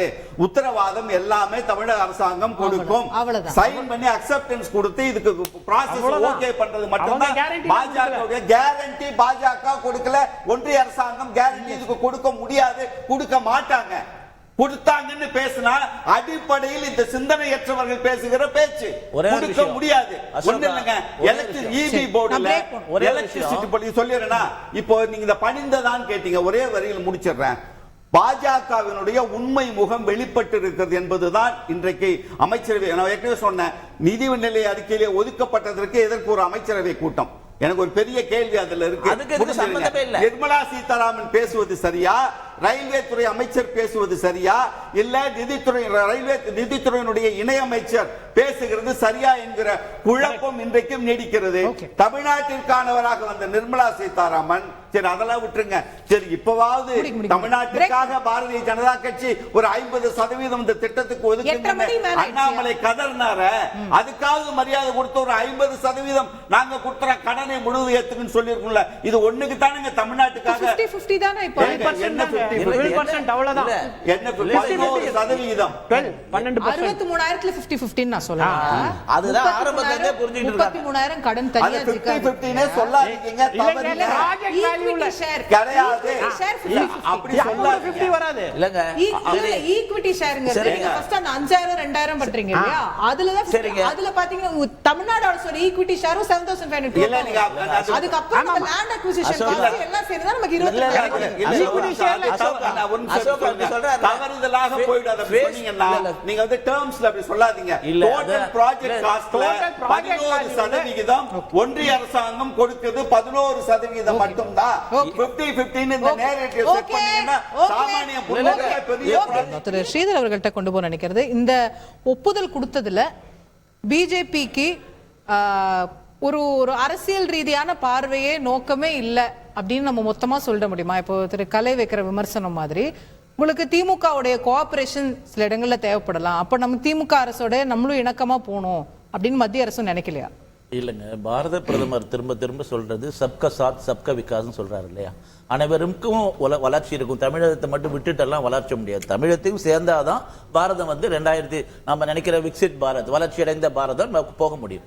ஆகையினால இந்த திட்டத்துல கூட இது தேவையில்லாத இந்த இவ்வளவு நாள் இல்லாம இப்ப கொடுக்கறதா சந்தேகம். ஒரு விஷயம் இதுல எங்களுடைய பங்களிப்பாக நம்ம ஏற்கனவே பல முறை நம்ம விவாதிச்சிட்டோம். 7,425 கோடி ரூபாய் நம்ம பட்ஜெட்ல இருக்கு, கொடுக்குறோம். அது வந்து ப்ராஜெக்ட் காஸ்ட், அது வந்து நம்ம கண்டிப்பா கொடுத்துட்டு தான் இருக்கோம், கொடுக்க போறோம். அது இல்லாம இந்த கடன் கொடுக்கறதுக்காக கடன் வாங்குற எல்லா நாடுகளுக்கும் மத்திய அரசு தான் சாவரின் கேரண்டி கொடுக்குது, ஜனாதிபதி தான் இந்த கடனை வாங்குறதா தான் ஒப்பந்தம் இருக்கு. அதனால மாநில அரசுக்கும் மத்திய அரசுக்கும் சமமா இருக்கு. இப்ப உதாரணத்துக்கு ஹைதராபாத் ஒரு நான் கேட்ட கேள்வி இதெல்லாமே நம்ம பேசிட்டோம் சார், அரை மணி நேரமா முதல்ல நான் ஒரு பொலிட்டிக்கல் கொஸ்டின் கேட்கிறேன் உங்களை. இப்போ இதுல இந்த விஷயங்கள்ல இப்ப திடீர்னு தமிழ்நாட்டுக்கு வந்து கூடுதலா கொடுப்பதற்கு காரணம் திமுகவோட கோஆபரேஷன் நாளைக்கு தேவைப்படுங்கிறதுக்காக அப்படி இல்லங்க. இப்ப தமிழ்நாட்டுல சென்னை மக்களுக்கு இப்ப வந்து நாம இதுல 3 அதுல அழகா சொல்றாங்க. அந்த மினிஸ்ட்ரி ஒப்புதல் கொடுக்கும்போது திரு அஸ்வினி வைஷ்ணவ் அவர்கள் அதன் பிறகு வந்து பேட்டி கொடுத்தாரு. இதெல்லாம் வந்து இதுல வந்து மந்திரி சபையில் ஒப்புதல் கொடுத்தோம்னு சொல்லி அதுல அவர் என்ன சொல்றாருன்னா, சென்னை மக்களுடைய நீண்ட நாள் கோரிக்கை, சென்னை வந்து எந்த அளவுக்கு நியூயார்க்கு அடுத்தது இந்த ஒப்பந்தம் 2019 இதனுடைய வளர்ச்சி, இதனுடைய ஸ்லோ வந்து வேகம் தடைப்பட்டு போயிருக்கு. மழைக்காலம் வருது, சென்னையில் அடிக்கடி விபத்து நடக்குது, சென்னை மக்கள் கஷ்டப்படுறாங்க. நீங்க டிலே பண்ணீங்கன்றாரு. அப்புறம் ஏதோ தடைப்பட்டு போயிருக்கு, ஸ்லோவா இருக்கு. நீங்க பாருங்க, எல்லா இடத்துக்குமே நிலம் ஆக்கிரமிப்பு பண்றதுல இருந்து ஆரம்பிச்சு யார் கையில இருக்கு நிலம் எடுத்து கொடுக்கறது, எல்லா திட்டமும் நாங்க வரிசைப்படுத்த முடியும். எல்லா திட்டத்துக்கும் நாங்க கொடுத்தாச்சு. இப்ப ஈசிஆர்ல ரோடு வந்து எக்ஸ்டெண்ட் கன்னியாகுமரியில இருந்து சென்னைக்கு வைடன் பண்ண போறோம், கொடுத்தாச்சு 10,000 கோடி ரூபாய். ஏன் நிலம் கொடுக்கல? அரசாங்கம், தமிழ்நாடு அரசாங்கம் கொடுக்கல. இது மாதிரி தமிழ்நாடு அரசாங்கம் எதுல கவனம் கொடுக்கணுமோ அதுல கவனம் கொடுக்காம வெறுமனே வார்த்தையில பேசிட்டு எங்களை பொறுத்த வரைக்கும் எல்லா மக்களும் ஒன்றுதான். பாரத பிரதமர், சென்னை மக்கள் குறிப்பாக இப்போ ராஜ்நாத் சிங் அவங்க கூப்பிடுறாங்கன்னு அவங்க மேல விமர்சனம் வச்சு, ஆனா வந்தவர் சும்மா போனாரா? நான் வந்து கருணாநிதி அவர்களுடைய சமாதிக்கு போவேன், நான் அங்க போய் அவரை புகழ்வேன். அப்போ உங்களுக்கும் ஒரு தேவை இருக்கு. மாநில அரசுக்கும் மத்திய அரசுக்குமான உறவு இருக்குங்க, அதுல எந்த மாற்று கருத்து இல்ல. ஒரு மாநில அரசுக்கு என்னென்ன தேவையோ மத்திய அரசாங்கம் நிச்சயமாக உதவி பண்ணுது, அதுல எந்த மாற்று கருத்தும் இல்ல. இவ்வளவு நாள் பண்ணாம இப்ப பண்றீங்க. எப்பயுமே பண்றோங்க, எப்பயுமே நாங்க பண்ணி கொண்டுதான் இருக்கு. இதுல எந்த மாற்றாந்த மனப்பான்மை இல்ல, நாங்க தொடர்ந்து செஞ்சுட்டு இருக்கோம். பிரதமர் அதான் சொல்றாரு, யாரா இருந்தாலும் இந்த நாடு ஒட்டுமொத்தமாக வளரணும்னா தமிழகத்தை விடுபட முடியாது. குறிப்பாக சென்னையில நாம வந்து இன்னைக்கு இந்த 10 வருஷத்துல, இந்த 11 வருஷத்துல குறிப்பா டெவலப்மெண்ட், மெட்ரோ ஆகட்டும், ரயில்வே ஆகட்டும், நீங்க இதுக்கு முன்னாடி இருந்த மெட்ரோவுக்கும் இந்த 11 வருஷத்துல நாம எவ்வளவு தெரியுமா கொண்டு வந்திருக்கோம்? கிட்டத்தட்ட 910 கிலோமீட்டர். இன்னைக்கு இந்தியா முழுக்க, அதாவது உலகத்திலே 2வது இடத்துல இந்தியா இருக்கு தெரியுங்களா? 2வது அமெரிக்காவுக்கு அடுத்தது 918 கிலோமீட்டர். சென்னைக்கு 175 கிலோமீட்டர் இது வரைக்கும் வேற எந்த சிட்டிலும் கிடையாது. இன்னும் ஒரு 50 கிலோமீட்டருக்கும் எக்ஸ்டெண்ட் பண்ண போறோம். கிட்டத்தட்ட 225. அதான் டெல்லியை விட அதுக்கு அடுத்த இடத்துக்கு நாம வந்தாச்சு. இப்ப 2வது பாருங்க, 119 கிலோமீட்டர்ல 120 ஸ்டேஷன். இது மாதிரி 1 கிலோமீட்டர் குறைவான இடத்துல எங்கேயுமே கிடையாது. நம்ம ஏன்னா வளர்ந்து வர சென்னை ஐடி ஹப், எல்லாருக்கும் வசதி வேணும். அதனால இதனால வந்து மாசு கட்டுப்பாடு வரும். இதனால வந்து பப்ளிக் டிரான்ஸ்போர்ட் மக்கள் அதிகம் பயன்படுத்துவாங்க. இப்படி தொலைநோக்கு உள்ள அரசாங்கம், மாநில அரசாங்கம் செய்ய வேண்டிய கடமையில தவறிட்டு குறைஞ்சபட்சம் இப்ப உணர்ந்து அதுக்காக வந்திருக்காங்க. மத்திய அரசாங்கம் தாராளமாக உதவி செய்யுது. திரு கலை, ஆர் யூ கன்வின்ஸ்ட்? எந்த அரசியல் நோக்கமும் இல்லைங்கிறார். எஸ் எஸ் இல்ல இல்ல, அது சொல்லட்டும். ஏன் முதல்ல கொடுக்கலங்கிறப்ப அதுக்கு ஒரு அரசியல் நோக்கம் இருந்துச்சு. அப்ப என்ன நோக்கம்? பட்ஜெட்லயே கடந்த ஆண்டு அறிவிச்ச மாதிரி இந்த ஆண்டு ஏன் அறிவிக்கலங்கிறப்ப பட்ஜெட் நோக்கம் இருந்துச்சு. பிறகு அதுக்கடுத்து ஏன்னா தமிழ்நாட்டு மக்கள் வாக்களிக்கல, அவங்களெல்லாம் எந்தெந்த மாநிலங்கள் வாக்களிக்கல அவங்களெல்லாம் பனிஷ் பண்ணிருக்கிறாங்க. அதனுடைய ஒரு பகுதியா தமிழ்நாட்டை பனிஷ் பண்ணிருக்காங்க. அதோட இல்லாம முதல்ல வந்து இடைக்கால பட்ஜெட்ல 6000 கோடி ரயில்வே தமிழ்நாட்டுக்கு ஒதுக்கிட்டு கடைசியில பட்ஜெட்ல 3000 கோடியா குறைச்சாங்க. அது இப்படி இதெல்லாம் வந்து நடந்துகிட்டு இருக்குது. அதே சமயத்துல அவங்க ஒரு மைனாரிட்டி கவர்மெண்டா மாறின உடனே அங்க 2 பேரை நம்பி அவங்க ஆட்சியில் உட்கார்ந்து இருக்கிறாங்க. அதுல எப்பயுமே ஆபத்து வர்றதுக்கு வாய்ப்பு கிடையாது. அதனால அடிஷனலா ஒரு குஷன் எல்லா கட்சியும் அரசாங்கம், என்டிஏ அரசாங்கம், கூட்டணி தாங்க, கூட்டணி அரசாங்கம், அதான் கூட்டணி அரசு. அதுல வந்து பாஜகவுக்கு தனி மெஜாரிட்டி கிடைக்கலங்கிறது கடந்த ஆண்டுகளை விட்டு மாறி இந்த சூழ்நிலை இருக்குது. இந்த நேரத்துல ஒரு குஷன் வச்சுக்கிற விரும்புவாங்க எப்பயுமே. எல்லாருக்கும் நியாயமான ஒரு விஷயம் தான் அது. அப்ப அந்த குஷன் தான் திமுக, டிஎம்சி பெரிய அளவுக்கு பிரச்சனை இருக்குது. அதனால திமுக கொஞ்சம் இவங்களும் போறாங்க. திமுகவும் தொடர்ந்து பிஜேபி எதிர்த்துட்டே தான் இருக்காங்க. அவங்களை எப்படி குஷனா பார்க்க முடியும்? இல்ல, அது 2026 வரைக்கும் எதிர்த்து தான் ஆகணும் அவங்க. அதுக்கு 2 திமுக நான் நம்புறேன். 1 2026 வரைக்கும் அதான் இப்ப எதிர்த்து தான் ஆகணும்ன்றீங்க. அப்ப குஷன் இல்ல, உங்க தியரி சரியா வரலையே கூட்டி கழிச்சு பார்த்தா. இல்லையே, குஷன் ஒரு பக்கம் குஷன் இருக்குது, இன்னொரு பக்கம் எதிர்ப்பு இருக்கு. 2 பேருக்கு அண்டர்ஸ்டாண்டிங். நீங்க 26 வரைக்கும் எங்களை எதிர்த்தாதான் நீங்க ஆட்சிக்கு திரும்ப மேல வர முடியும். இல்லன்னா நீங்க எனக்கு அதுக்கு பின்னாடிதான் நீங்க எங்களோட நீங்க நெருக்க முடியும். அதுக்கு முன்னாடி நெருங்கினீங்கன்னா உங்களை நீங்க பனால் ஆயிடுவீங்க. 2026 தேர்தலில் நீங்க ஜெயிக்க முடியாது. திமுக 2 பேருக்கும் புரியும். பல விஷயங்கள் 2 பேருக்கு அண்டர்ஸ்டாண்டிங் இருக்குங்க. போட்டி என்பது நம்ம 2 பேருக்கு இடையில தான் இருக்கணும். அதிமுக புறந்தள்ளுங்க. அது ரொம்ப ஒரு 3 வருஷம் 2 வருஷமா அவங்க இந்த ஸ்ட்ராட்டஜியை 2 பேருமே சேர்ந்து இணைந்து அந்த ஒரு புள்ளியில இணைந்துதான் அவங்க நடந்து போறாங்க. அதுல ஒன்றும் சந்தேகம் கிடையாது. அண்டர்ஸ்டாண்டிங் பல வகைகள் வருதுங்க. நீங்க பாத்தீங்கன்னா ஒரு பக்கம் பாஜக இந்து வாக்குகளை நம்மகிட்ட இருந்து கவருதுங்கிற பயம் வந்த உடனே முருகனுக்கு காவடி தூக்குறாங்க. இந்து வாக்குகளுக்கு இவங்க அப்பீல் கொடுக்கறாங்க. அது ஒரு பக்கம் பாஜக எதிர்வினை ஆற்றுறாங்க. அதே சமயத்துல 2 பேருமே இணக்கமா பல இடங்கள்ல போயிட்டே இருக்கிறாங்க, நெருக்கமாவும் போயிட்டே இருக்கிறாங்க. இங்க பல இடங்கள் நீங்க எதை சொல்றீங்க? ஒரு பக்கம் ஒரு அரசு திட்டத்துக்கு ஒரு ஒப்புதல் வாங்கினது ஒரு குத்தமா? அது குற்றம் கிடையாது, அது குற்றம் கிடையாது. அப்புறம் ஏன் நீங்க ஆளுநருக்கு கூட இது இப்ப இது இல்ல, ஆளுநரோட கான்வொகேஷன் அட்டெண்ட் பண்றாங்கல்ல, கான்வொகேஷன் அட்டெண்ட் பண்றது குத்தமா போச்சா? இப்போ குற்றம் இல்ல, அது முடியாதுன்னு சொல்லிட்டு இருந்தாங்க. அது முன்னாடி செஞ்சிருக்கலாம், 2 வருஷமா அது பெண்டிங்ல இருந்துச்சு பல பல்கலைக்கழகங்கள்ல. இப்ப அதுல மாற்றம் வந்திருக்கு. ஏன் வந்திருக்குன்னு சொல்லுவாங்களா? ஆளுநர்கிட்ட எந்த மாற்றமும் வரல, இவங்ககிட்ட தான் மாற்றம் வந்திருக்குது. இப்படி ஒவ்வொரு விஷயத்திலையும் இது மாதிரி ஒரு, அதாவது கொஞ்சம் நெருப்பு கொஞ்சம் தண்ணி, கடவுள் பாதி மிருகம் பாதி, அதுல வரும். மிருகம் பாதி அந்த பாட்டு தான். சரி, அதான் இங்க வந்து இப்ப அந்த ஸ்ட்ராட்டஜி தான் இவங்க ஃபாலோ பண்றாங்கன்னு நான் நினைக்கிறேன். அப்படியே திரு ஹஃபீஸ். அது மட்டும் இல்லாம முன்னாடி ஒரு விஷயம் சொல்லுங்க, எஃப்ஆர்பி இல்ல ஒரே விஷயம், எஃப்ஆர்பி சட்டத்துல அது தப்பா சொல்றாங்க. எங்க மொத்த உள்நாட்டு உற்பத்தி ஜிடிபில இல்ல, அதுல வந்து 25% தான் நீங்க லோன் வாங்க முடியும் மாநில அரசு. ஏற்கனவே தமிழ்நாடு அரசு 25 தாண்டிட்டாங்க. அதனால அவங்க எப்படிங்க லோன் கேரண்டி வெளிநாட்டுல கொடுக்க முடியும்? அது சென்ட்ரல் கவர்மெண்ட் கொடுக்கிற கேரண்டியில தான் அவங்க கடன் வாங்குறாங்க. அதே மாதிரி 10 லட்சம் கோடி தமிழ்நாட்டுக்கு செலவு செஞ்சிருக்கோம் பாஜக ஸ்போக்ஸ் பர்சன் பேசினாரு 10 ஆண்டுகள்ல. நீங்க 10 ஆண்டுகள்ல தமிழ்நாட்டுல இருந்து உங்களுக்கு வந்த டாக்ஸஸ் எவ்வளவு அது சொல்லுங்க. அது நிச்சயம் 10 லட்சம் கோடிக்கு மேல இருக்குது. அப்ப நீங்களே என்ன சொல்றீங்க தெரியுமா? நாங்க நலிந்த மாநிலங்களுக்கு அதிக உதவி செய்ய வேண்டிய அவசியம் இருக்குது, அதனால நாங்க வளர்ந்த மாநிலங்களை தண்டிப்போம் சொல்லி நிர்மலா சீதாராமன் வெளிப்படையா பேசி இருக்கிறாங்க. அதை நீங்க கணக்குல எடுத்துக்கிறணும். ரூட் கிலோமீட்டர் அசோகா ஒண்ணே ரூட் கிலோமீட்டர் சொல்லும்போது பிரிட்டிஷ்காரன் 61 இல்ல ஒரே விஷயம், ஒரே சின்ன 10 செகண்ட் 61,000 கிலோமீட்டர் ரூட் கிலோமீட்டர் விட்டுட்டு போனா. ரூட் கிலோமீட்டர்னு அது ரயில்வே லாங்குவேஜ் சொல்லுவாங்க. அதை வந்து 1 கிலோமீட்டர் கூட காங்கிரஸ் ஆட்சியில கூட்டப்படல. அது இவங்க வந்து ஒரு 3-4 ஆயிரம் ரூட் கிலோமீட்டர் கூட்டி இருக்காங்கிறது உண்மை. கம்பி கட்டுற கதையா கட்டிக்கிட்டே இருந்தா என்ன சொல்றது? இல்ல எங்களுக்கும் பாஜகவும் சித்தாந்த எதிரின்றத நாங்க ரொம்ப உறுதியா இல்ல தொடர்ந்து எதிர்த்துக்கிட்டு இருக்கிறோம். அதாவது அதிமுக மாதிரி சுயநலத்துக்காக நாங்க போய் அங்க நிக்கல, கட்சியை சேர்த்து வைங்க, ஓபிஎஸ் துணை முதல்வர் ஆக்கிடுறோம், எங்களுக்கு ரைடு விடாதீங்க, அந்த மாதிரி எல்லாம் சமரசம் கிடையாது. ஒரு மாநில அரசாக போராடி சுயமரியாதையோடு எங்களுடைய உரிமையை மீட்டுட்டு வருமே தவிர பாஜகவுக்கும் எங்களுக்கும் எந்த காலத்தில் சமரசம் என்பது இருக்காது. கொள்கை ரீதியாக பாஜக எதிர்த்துட்டு இருக்கோம். இன்னும் சொல்ல போனா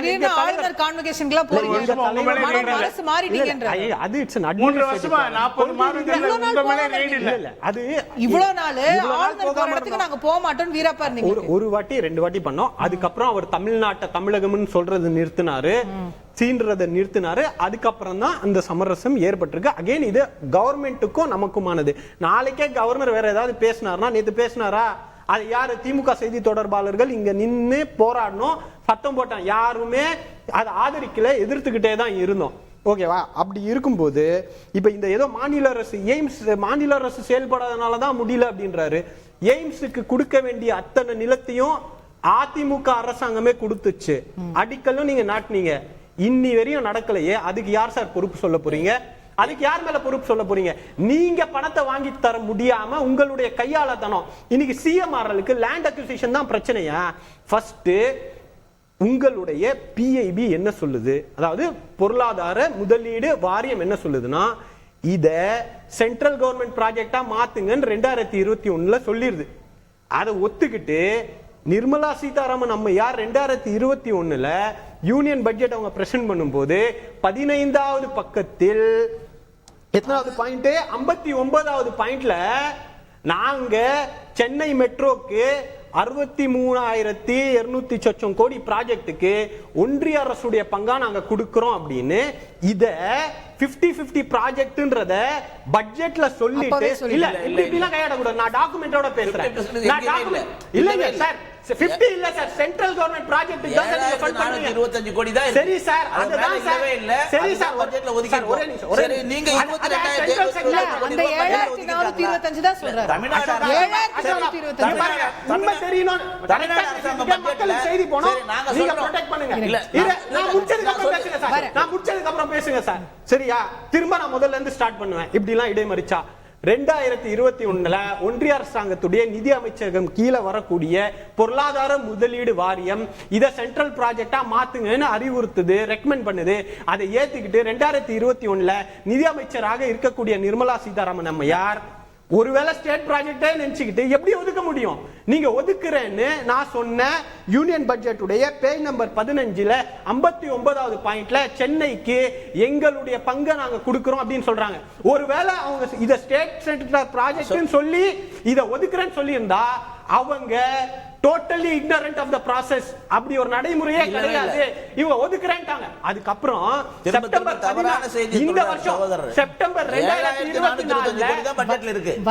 அதுதான் அவர் சொல்றாரு. அவர்தான் இல்ல, அவர் 50-50 ன்னு ஒதுக்கிட்டாங்கன்னு சொல்றாரு. சரி, அந்த 50-50 இன்னைக்கு தான் 3 நாளைக்கு முன்னாடி தான் மத்திய அரசு ஒத்துக்கிட்டு இருக்கு. இதுதான் பிரச்சனை. வர்ஷினி, செய்தி தொடர்பாளருக்கும் தெரியல, நிதி அமைச்சருக்கும் தெரியல, மாநில தலைவருக்கும் தெரியல. இதுக்கு வச்சு காலதாமதம் பண்ணிட்டு என்ன பேசிட்டு இருக்கீங்க? சரிங்க, இன்னைக்கு சொல்றாருல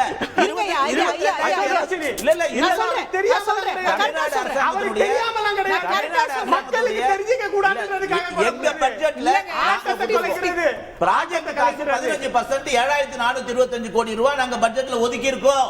22,225 தமிழ்நாடு பட்ஜெட்ல எங்க இருக்கு? திரும்ப ஆரம்பிச்சு தமிழ்நாடு பட்ஜெட்ல எனக்கு இது வாழைப்பழ கதை மாதிரி போயிட்டு இருக்கு. நாங்க வாங்கி கொடுத்த பணத்தை உபயோகப்படுத்துறதுக்கு முடியல.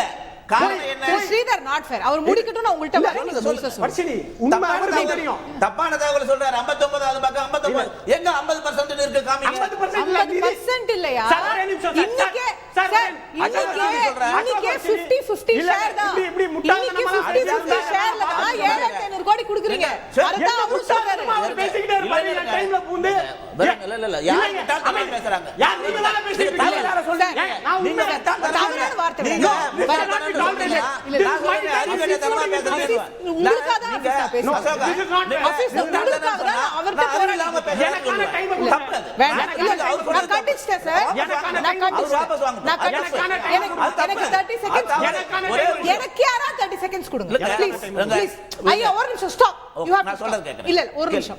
நான் ரெண்டு பேர்ட்டையும் சொல்றேன். ஹஃபீஸ், உங்களுக்காக தான் நான் அவர்கிட்ட போராடிட்டு இருக்கேன். நீங்க அமைதியா இருங்க. அவரோட டர்ன், நான் அவர்கிட்ட தான் ஆர்கியூ பண்ணிட்டு இருக்கேன். I am trying to help யூன்றத ஃபர்ஸ்ட் புரிஞ்சுக்கோங்க. உங்கள்கிட்ட நான் கண்டிப்பா வருவேன். உங்களுக்கான வாய்ப்பு உங்களுக்கு கிடைக்கும்ன்றத புரிஞ்சுக்கோங்க. ஒரு விஷயம் சொல்லுங்க, 100 விஷயம் கூட சொல்லுங்க. அவர் முடிச்ச அப்புறம் சொல்லுங்க. நான் அதான் சொல்றேன். அப்ப செப்டம்பர்ல என்ன சொன்னாங்க? 2 வாரத்துக்கு முன்னாடி இது ஸ்டேட் ப்ராஜெக்ட்னு சொன்னது யாரு? நிர்மலா சீதாராமன் அம்மையார் தானே. அப்போ ஸ்டேட் ப்ராஜெக்ட் உங்களுடைய பட்ஜெட்ல 2021 சென்னை மெட்ரோ ஃபேஸ் 2க்கு ஒதுக்குறேன்னு சொன்னது யாரு? அதே நிர்மலா சீதாராமன் அம்மையார் தானே. இந்த முரண் ஏன் வருது? இதுதான் நிதி அமைச்சருக்கும் தெரியல, பாஜக செய்தி தொடர்பாளருக்கும் தெரியல. அத தெரியாம நான் சொல்றேன் உங்க அரசாங்கம் ஒத்துக்கிச்சுன்னு நான் சொன்னாலும் இல்ல இல்ல திரும்ப திரும்ப ஒரே விஷயத்தை வாழைப்பழ காமெடி மாதிரி பேசிட்டு இருந்தா நான் என்ன சொல்றதுன்னு எனக்கு தெரியல. மாநில அரசு நீங்க நிகழ்ச்சி முடிக்க விட்டுருவீங்களா? இல்ல இல்ல, அமைதியா மொத்த நேரத்தையும் இவர் எடுத்துப்பாரு. நான் திரும்ப தான் சொல்றேன். நான் பேஜ் நம்பரோட சொல்றேன். அது ஆதாரத்தோடு மறுக்க சொல்லுங்க. ஏன் ஸ்டேட் செக்டார் ப்ராஜெக்ட்டுக்கு ஒன்றிய அரசு நிதி ஒதுக்குது அப்படின்னு ஒத்துக்கிட்டாங்கன்னு சொல்லுங்க. ஏன்னா அப்ப அவங்க ஒத்துக்கிட்டாங்க. ஆனா அரசியல் பண்ணணும். 4 வருஷம் மாநில அரசை கெஞ்ச வைக்கணும். ப்ராஜெக்ட் வராது, ஃபண்ட் வராது, திமுகவுக்கு எதிராக மக்களை திருப்பி விடணும். அது எல்லாமே தோத்து போச்சு. 50-50 பார்ட்னர்ஷிப் சொன்னா ஃபேஸ் 1ல 50-50ல ஸ்டேட் கவர்மெண்ட் எவ்வளவு கொடுத்தாங்க தெரியல. திரும்பவும் சொல்றேன், 6,794 கோடி ரூபாய். அப்ப சென்ட்ரல் கவர்மெண்ட் 4,569 கோடி ரூபாய். அதுல லோன் வாங்குது 10,287. அதுதானே 50-50. அதே தான் இப்பயும் நம்ம ஒத்துக்கிறோம். அவர் சொன்ன மாதிரி எங்க 63,000 கோடி 50% கொடுக்கறோம்னு நாங்க எங்க பட்ஜெட்ல சொல்லிருக்கோம். அப்படி சொல்லல. நாங்க சொல்றோம். இல்ல அப்படி சொல்லல. அப்படி நீங்க சொன்னீங்க, நான் சொல்லவே இல்ல. அதுதான் சொல்றேன். அப்படி கிடையாது. 59 அத கிளாரிஃபை பண்ணுங்க. இல்ல அதுதான் தவறுன்ற. தவறான தவறு சொல்லக்கூடாது. ரெண்டாவது எப்படி சொல்றேன்? நான் எனக்கு வாய்ப்பு கொடுங்க. நான் சொல்றேன், அவர் மறுக்கறாரு. நான் சொல்றேன், எனக்கு கொடுத்த வாய்ப்பு தானே. எனக்கு கொடுத்த வாய்ப்பு நான் சொல்றேன். நான் ஏன் எதுக்கு இருக்கேன்னு தெரியல சார். ஒரே விஷயம் அசோகா, இந்த 22,221 கோடியும் தமிழ்நாடு அரசாங்கம் கொடுத்திருக்கா? சின்ன மிஸ் அண்டர்ஸ்டாண்டிங் தான். இல்ல நம்ம ரொம்ப டெக்னிக்கலிட்டிஸ்ல விளையாடிட்டு இருக்கோம். திருப்பி நான் 50%, நீ 50%, நீ சொன்னியா நான் சொன்னியா. அவர் சொல்ற சிம்பிள் பாயிண்ட், நீங்க 50% தான் விட்டுருங்க. நீங்க 30,000 கோடி தரதா சொன்னேன்னு அவர் சொல்லல. ரைட்டா? ஹஃபீஸ், ஐ அம் கிளாரிஃபைங். நீங்க அப்படி சொல்லல. அவர் என்ன சொல்றாருன்னா 21லயே நீங்க பட்ஜெட்ல நிதி ஏதோ நிதி 1000 கோடி நிதி ஒதுக்குனீங்கன்னு வைங்க. அன்னைக்கே ஒதுக்குனீங்களே, அப்புறம் 3 வருஷமா தரலையேன்றதா அவர் கேக்குறாரு. நாங்களும் சொல்றோம் எப்ப நிதி ஒதுக்கணும் போது நிச்சயமா கொடுக்கிறோம். நீங்க சொல்ற மாதிரியே கொடுக்கிறோம். ஒரே ஒரு விஷயம் ஹபீஸ், 21,520 கோடி ரூபாய் ஏற்கனவே இருக்குங்க உங்ககிட்ட, ரிசர்வ்ல இருக்கு. அதுல ஏங்க 5,880 கோடி ரூபாய்க்கு மேல செலவு பண்ணலன்னு கேக்குறோம். காரணம் என்னன்னா நீங்க 3.5 ஜிடிபிக்கு மேல உங்களால கடன் வாங்க முடியாது. அந்த சுமையை ஏத்துக்க உங்களுக்கு தயாரா இல்ல. இந்த சுமையை மத்திய அரசாங்கம் சுமக்கணும்னு நீங்க நினைக்கிறீங்க. ஆனா தாயுள்ளத்தோட மோடி அவங்க நாங்க ஏத்துக்க தயாரா இருக்கோம், தமிழ்நாடு அரசாங்கத்துக்காக உதவி செய்ய தயாரா இருக்கோம்னு மோடி அவர் சொல்றாரு. அண்ணாமலை அவர்கள் கொடுத்த கோரிக்கையை Thank you sir. அதாவது ஒரே தெளிவுன்னு கேட்டா டோட்டல் ப்ராஜெக்ட்ல 11% ஒன்றிய அரசாங்கம் கொடுக்குது. மற்ற பணம் தமிழக அரசாங்கமும் தமிழக அரசாங்கம் கடன் வாங்குவதும் பொறுத்தது. 89% தமிழ்நாடு, 11% மட்டும்தான் ஒன்றிய அரசு. இதுல எந்த மாற்று கருத்தும் இல்லை. பட்ஜெட்ல ஒதுக்குனாங்களா ஒதுக்கல என்ன கேட்கிறாரு? 21,000 கோடி இருக்குல்ல, அதையே செலவு பண்ணல. அதையே நீங்க கேக்குறீங்க? 3 ஆண்டு காலமாக நீங்க 3 ஆண்டு காலமாக நிதிநிலையில போட்டு நான் போட்டேன்னு சொல்லாம நிதியமைச்சர் போய் சொல்லி ரயில்வே அமைச்சர் சங்கடத்துல விட்டு ஒரு நிமிஷம் பேசும்போது குறுக்கால பேசினா அப்புறம் உங்களை பேச விட மாட்டேன். எவ்வளவுதான் விவாதத்துல நிதி அமைச்சர் என்ன போய் சொல்றாரு? என்ன போய் சொல்றா? நீங்க சொல்றீங்க அப்பட்டமான போய் அதிகார அத்துமீறல் 27 என்ன பேசுறீங்க? அப்பட்டமான போய் இல்ல. நிர்மலா சீதாராமன் இந்த தமிழ் மண்ணில் இருந்து சொன்னதெல்லாம் போய் அதிகார அத்துமீறல். ஒரு நிதி அமைச்சர் வந்து இந்த மண்ணில குழப்பத்தை ஏற்படுத்திட்டு போனதா இன்றைக்கு எல்லாத்துக்கும் காரணம். நான் கேட்ட கேள்விக்கு பதில் உண்டா? நிதி அமைச்சர் நிதிநிலை அறிக்கையிலே அறிவித்ததற்கு பிறகு அதற்கு பிறகு அமைச்சரவை கூட்டம் எதுக்குங்க? டீ சாப்பிட்டு போறதுக்கா? யாரு முட்டாளாக பாக்குறீங்க? நாங்க முட்டாளாயிட முடியுமா? ஒரு நிமிஷம் தான் எனக்கு வாய்ப்பே கொடுக்கலையே. அப்புறம் சப்கா சாத் உங்க பக்கத்துல இருக்கிற 3 வருஷம் கழிச்சதுக்கு பிறகுதான் இவங்களுக்கு சென்னை நகரம் தெரியுமா, 1.8 கோடியா மக்கள் தொகை பெருகும் தெரியுமா, டிரான்ஸ்போர்ட் பிரச்சனை இருக்கா, ஒட்டுமொத்த தமிழ்நாடு கேட்கறத கொடுங்க. 5 டிரில்லியன் எக்கானமி இந்த மண்ணில் நீங்கள் விதைக்க வேண்டும் என்றால் சதர்ன் ஸ்டேட்ஸ் கொடுக்கிற 30% ஜிடிபி. தமிழ்நாட்டுடைய வளர்ச்சி இல்லை என்றால் பாரதிய ஜனதா கட்சியுடைய வளர்ச்சி இல்லை. எங்களுடைய கல்வி அறிவு, எங்களுடைய சுகாதாரம், நாங்க கேட்கறதெல்லாம் நீங்க கொடுங்க. 1 டிரில்லியன் எக்கானமி எங்க ரீச் பண்ணா மத்திய அரசாங்கம் தலை நிமிர்ந்து நிற்கலாம். உங்களுக்கு தலைகுனிவை ஏற்படுத்துவது நீங்கள் தானே தவிர தமிழக அரசாங்கம் இல்லை. பிரதமரை பொறுத்தவரையில டீம் இந்தியான்னு சொல்லி அவர் வந்ததுல இருந்து அனைத்து மாநில முதலமைச்சர்களும் பிரதமரும் சேர்ந்து கூட்டாக எல்லா முடிவும் எடுக்கணும். அதன் மூலமாக பாரதம் உயர்ந்த இடத்துக்கு போகணும். அவர் ஆரம்பத்தில்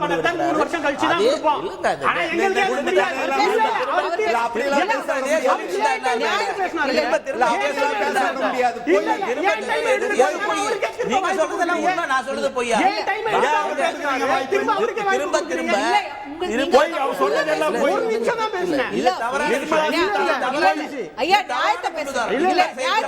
நீங்க 2 பேர் பேசுறீங்க. சரி, இப்ப நான் என்ன பண்ணட்டும்? half an hour extend பண்ணவா? நான் என்ன பண்ணட்டும் சொல்லுங்க. எனக்கு டைம் என்ன பாருங்க. 8:58 நீங்க 3 பேர் சொல்றீங்க. ஒருத்தர் பதில் சொல்றாரு. நான் என்ன பதில் சொல்ல வாய்ப்பு அவருக்கு உண்டான பதில் தானே அவர் சொல்லுவாரு. அவர் என்ன சொல்லணும் நான் சொல்லணுமா? என்னங்க கிடையாது. அது சொல்லவே மாட்டேங்கிறாரு. இவ்ளோ டாக்குமெண்ட்ட கொடுத்து ஒரு அடுக்க வைக்கிறோம். ஆனா அத கடந்து போய் மாநில அரசுல திரும்ப பழி போட்டுட்டே இருக்காரு. நீங்க அவரோட ஸ்டாண்ட் தானே அவர் பேசுறாரு. உங்க ஸ்டாண்ட் நீங்க பேசணும்லங்க. அதுக்காக நான் நிகழ்ச்சி அரை மணி நேரம் இழுத்துட்டே போக முடியுமா? ஃபீஸ் என்ன பண்ண முடியும்? ஏதோ ஒரு பாயிண்ட்ல முடிக்கணும்ல ஃபீஸ். திமுக அவனுடைய பொய் மூட்டைகளை நாம இன்னைக்கு வந்து தகவல் எல்லாமே பொய்ங்க. I will tell you something. You will have the last word on the show. திமுக மக்களை ஏமாத்தி திமுக மக்களை ஏமாத்தி கொண்டிருந்தாங்க. இன்னைக்கு பாரத பிரதமர் மக்களுக்கு, தமிழக மக்களுடைய துயரில் மக்களுக்கு வந்து நல்லது செய்யணும்ன்றதுக்காக இந்த மெட்ரோவுக்கு மத்திய அரசு அந்த தோலை எடுத்திருக்காரு. முடிச்சிருங்க fees. You have only 20 seconds. இல்ல 3 வருஷத்துக்கு முன்னாடி தமிழ்நாட்டுக்கு தர வேண்டிய நிதியை தரமாட்டேன் அடம் பிடிச்சு இங்க வந்து நிதி அமைச்சர் இது மாநில அரசுடைய ப்ராஜெக்ட்னு சொல்லி இருக்காங்கன்னா, ஒண்ணு அறியாமையில் ஒதுக்கி இருக்காங்க ஒன்றிய பட்ஜெட்லன்னு புரிஞ்சுக்கணும். அந்த அளவுக்கு அறியாமையில் இருக்கக்கூடிய நிதி அமைச்சரா இருக்காருன்னு புரிஞ்சுக்கணும். இல்லனா தமிழ்நாட்டுல வந்து பொய் சொன்னாருன்னு புரிஞ்சுக்கணும். இந்த பொய்யை காட்டிய திமுகவுக்கு கிடைத்த வெற்றி நிர்பந்தத்தின் பால் மோடி அவர்கள் இந்த நிதியை ஒதுக்கி இருக்கிறார். அதனால திமுகவும் தமிழ்நாடு மக்களுக்கும் கிடைத்த வெற்றி. தேங்க்யூ. நிகழ்ச்சியின் தருணத்தை நிறைவு செய்தாக வேண்டும். பங்கேற்று கருத்து தெரிவித்த நால்வருக்கும் நன்றி, பார்த்தவங்களுக்கும் நன்றி. நேயர்களே வணக்கம்.